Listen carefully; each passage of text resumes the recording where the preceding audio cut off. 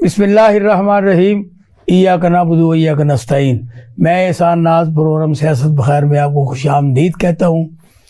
پاکستان کی سیاست اور معاشی حالات ایسے ہیں جس کا کوئی حل نکالنے والا نہیں ہے۔ نواز شریف بھی ڈوک ڈوکی بجا رہے ہیں، بلاول بھٹو بھی آئیں بائیں شائیں دائیں باتیں کر رہے ہیں، اور جس شخص نے ملک کی اکانومی کو بہتر کیا اس کو پابند سلاسل کر کے دیوار میں چن دیا گیا ہے، اور ان کو نہ جلسہ نہ جلوس نہ بات کرنے کی اجازت نہیں ہے۔ پاکستان کے جتنے بھی ایوان صنعت و تجارت ہے ان میں پاکستان میں لاہور کا اہم مقام ہے، اور یہاں کی پارٹی نے ہمیشہ ملک کی خدمت کی ہے اور ملک کے بجٹ میں اپنا کردار ادا کیا ہے۔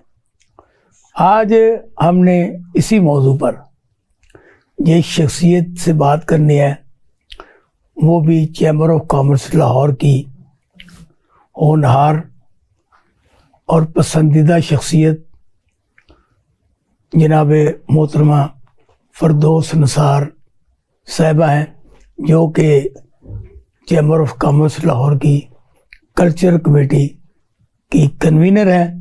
اس کے ساتھ ساتھ ان میں یہ خوبیاں یہ ہیں، وہ شاعر بھی کہتی ہیں، ادیب بھی ہیں، مصنف بھی ہیں، قلم نگار بھی ہیں، اور نہ جانے کیا کچھ۔ اس کے ساتھ وہ ورکنگ ویمن بھی ہیں، اور اپنا ذاتی کاروبار باہر کے مختلف ممالک سے ان کا چل رہا ہے۔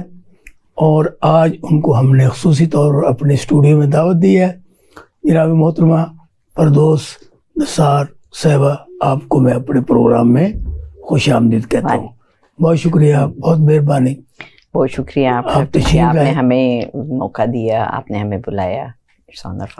یہ پاکستان میں الیکشن ہو رہے ہیں، جی جی، آپ کے چیمبر میں بھی ہر سال الیکشن ہوتے ہیں؟ بالکل ہوتے ہیں، لیکن اس دفعہ 2 سال کے بعد ہوتے ہیں۔ اچھا، پہلے جو روٹین تھی جی جی، اس میں کبھی دھاندلی کہتے ہوئی ہے، کبھی فلاں گروپ وہ سویپ کر گیا ہے، فلاں بعد میں جب اکٹھے ہو جاتے ہیں۔ یہی سیم حکومت کا حال ہے، جو آپ کے چیمبر آف کامرس کا ہے نا، اس کا سیم حال ہے حکومت کا۔ تو آپ یہ بتائیں کہ اس وقت جو تینوں سیاسی جماعتوں نے اپنے مینیفیسٹو پیش کیے ہیں، جی جی، کیا چیمبر آف کامرس لاہور اس سے مطمئن ہے؟ دیکھیں، چیمبر آف کامرس لاہور کا ایک اپنا پلیٹ فارم ہے، اور وہ بزنس کو چاہتے ہیں کہ ملک میں بہتر سے بہتر ہو، تاکہ لاہور چیمبر آف کامرس کا مطلب ہی یہ ہے کہ ہمارے ملک میں معاشی استحکام آئے اور اس میں بہتری آئے۔ اور جو پالیسیز انہوں نے دی ہیں، تو ان پالیسیز میں تو سب سے بڑی پریشانی والی بات یہ ہے کہ سوری ٹو سے میں کہوں گی کہ جتنی بھی ہماری سیاسی پارٹیاں ہیں، ان کے جو سیاسی ایجنڈے یا منشور انہوں نے دیے ہیں، اس میں کوئی بھی ایسی چیز نہیں ہے کہ جو ایک سسٹینیبل حکومت کے لیے ہونی چاہیے۔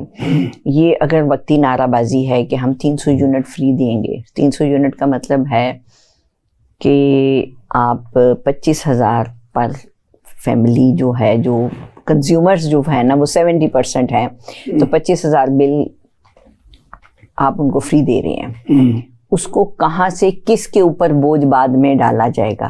مزید قرضوں کی شکل میں بوجھ ہمارے اوپر ڈالا جائے گا، مزید ہمارے اوپر IMF کا برڈن ڈالا جائے گا، مزید ان چیزوں پہ مشکلات پیدا کی جائیں گی۔ اور جب یہ ایک حکومت ان چیزوں سے صحیح طریقے سے نبردازماں نہیں ہوگی، تو بعد میں کس کے اوپر کون پیستا ہے؟ ہم اور آپ۔ میں نے جو بات کی ہے، جی جی، کہ مینیفیسٹو نے دیا ہے، جی جی، کہ 300 یونٹ بجلی جی جی، ہم پاکستان کے عوام کو فری دیں گے، یہ کہا ہے بلاول بھٹو زرداری نے۔ جی جی، اور 200 یونٹ اپنی آپ کی جو مسلم لیگ نون کی چیف آرگنائزر ہیں، نائب صدر ہیں مسلم لیگ کی، جی جی، مریم نواز صاحب، انہوں نے یہ کہا ہے۔ جی جی، تو آپ یہ بتائیں، کیونکہ پاکستان کی 70% آبادی جو ہے نا، جی جی، بالکل وہ اسی کیٹیگری میں آتی ہے۔ میں نے تو آپ کو یہ بات کی ہے نا، اسی کیٹیگری میں آتی ہے۔ اب کیونکہ چیمبر آف کامرس دیتا ہے یہاں پہ پاکستان کی حکومت کو ریونیو،